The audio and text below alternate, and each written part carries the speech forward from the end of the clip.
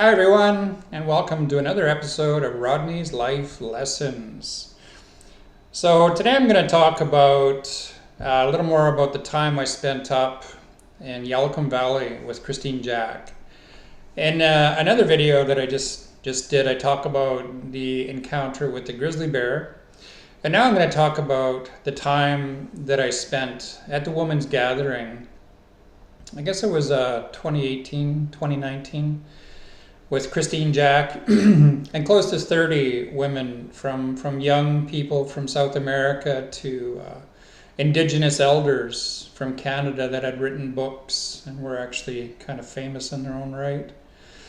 So, as I described in the earlier video, I was needing to find somewhere to live. Where I'd been living at my son's, I wasn't able to go back. The Reiki practitioner had ulterior motives and I had to leave.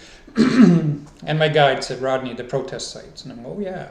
So I called and the next day I was up the mountain at Christine Jack's cabin in the Yalcum Valley. She was having a woman's event. So for 3 days, there was close to 30 women there. And she was doing ceremony with them, healing with them, guiding them through meditations. It was really, really very powerful. And I was the only man up there. This is one of the top 5 events of my life, to be really honest with you folks. So on the opening day, in the opening ceremony, we all gathered in a circle. And I was the only man there, right? And it was very emotional. Women were talking about, how they've been damaged by men and stuff. And it was, I came to my turn to speak. I says, I respect the feminine divine. I love each and every one of you. I'm here to learn from you. I'm here to be guided from you. And I thank you for this honor. And they were, there was one in particular. She looked right at me and she goes, we know that you love us. She goes, you wouldn't be here if you didn't feel the way you feel. She goes, what you learn here, you remember this and you take it out and you tell people about this. It was incredibly powerful. I was bawling and all the people were bawling. Oh, even talking about it makes me emotional. The feminine energy was there and I was the only man.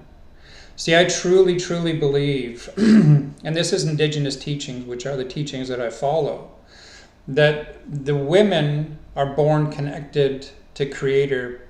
They're the only one of the genders, and there's only 2, that can bring life into our world. Men can't do this. Men are born disconnected. Our job is to protect the women so they may walk in a peaceful way. And their, sort of job is to awaken the masculine divine in the men. I'd spent 11 months in Arizona with 12 women and I was the only man. This was the start of that awakening process. And this time in Yalcum Valley with these close to 30 women was added to that and sort of completing that process where they awoke me. And they truly, truly did. So they were having the women's event. There's about 30 of them there and we had this incredibly powerful opening ceremony. And the cook had bailed. So I was the cook.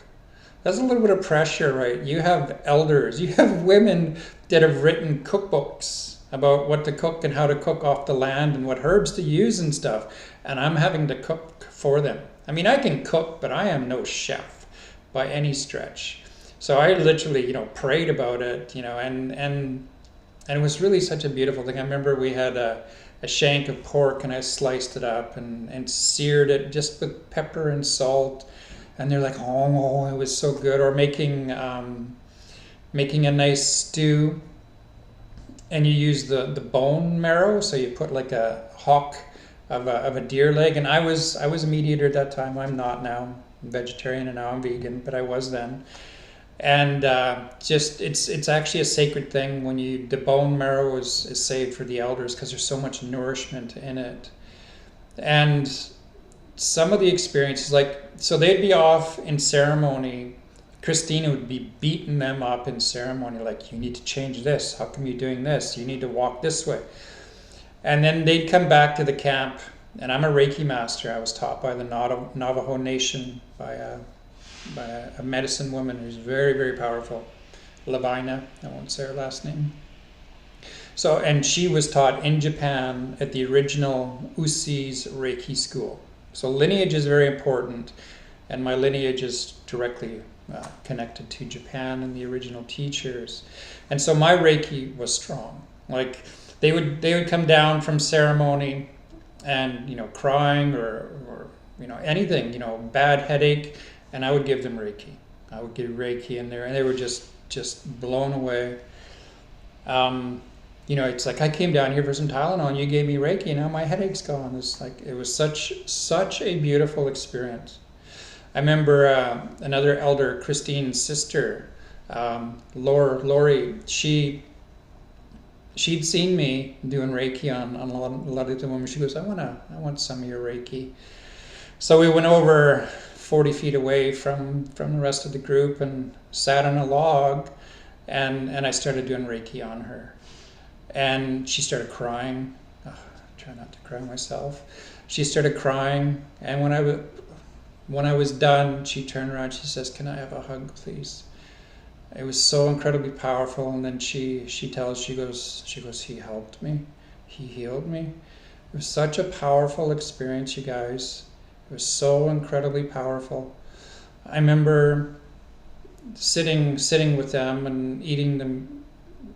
It just hits at my emotions because it was so powerful. They're eating a meal that I had prepared for them, and they're going hip hip hooray to me, and I'm sitting there crying. It was so incredibly powerful, so incredibly moving. I remember one of the people there. She says, "Rodney, because of you and you alone, I have faith in men again." That's a powerful thing to hear from the elders and the wisdom keepers of the calendar that was there. We have a purpose, you guys. We have a calling. Thoth, in the Emerald Tablets of Thoth, speaks about it. He goes, most of us are so inebriated most of the time that we don't even realize why we're here. So this was an incredibly powerful moment in my life. I feel incredibly honored to have lived this, to made the connections, to being in this ceremony. Just one of those things that I'll never forget. And after the women left, after the 3 days, I spent another 4 months with Christine in the cabin on the mountain, and I was taught things, I was shown things. How I remember we were out harvesting hosham berries, and they just get a 5-gallon pail. They hold it under the branch of the berries, and you hit it. You hit it with a stick, and it knocks the berries off. Then they had told me about a mountain, 50 miles up the road called Poison Mountain, and they said there was a young man. He was with this young lady, and he cheated on her. He had an affair.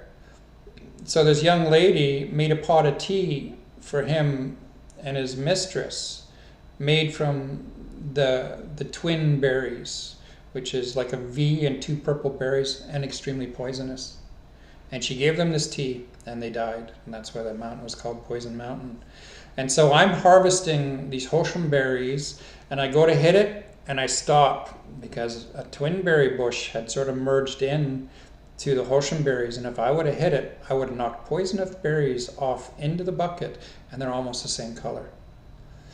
That same time we were picking, there was literally saliva dripping off of the berries from the bear that was in the same patch eating with us.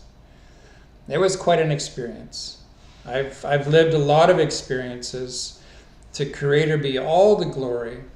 I am so eternally grateful for the time that I spent with Christine and those 30 women in that time of ceremony, and the beauty that I felt from the feminine divine, and the further awakening it brought me along my spiritual path. I love you all. I love the feminine divine, and I'll talk later. Take care. Bye.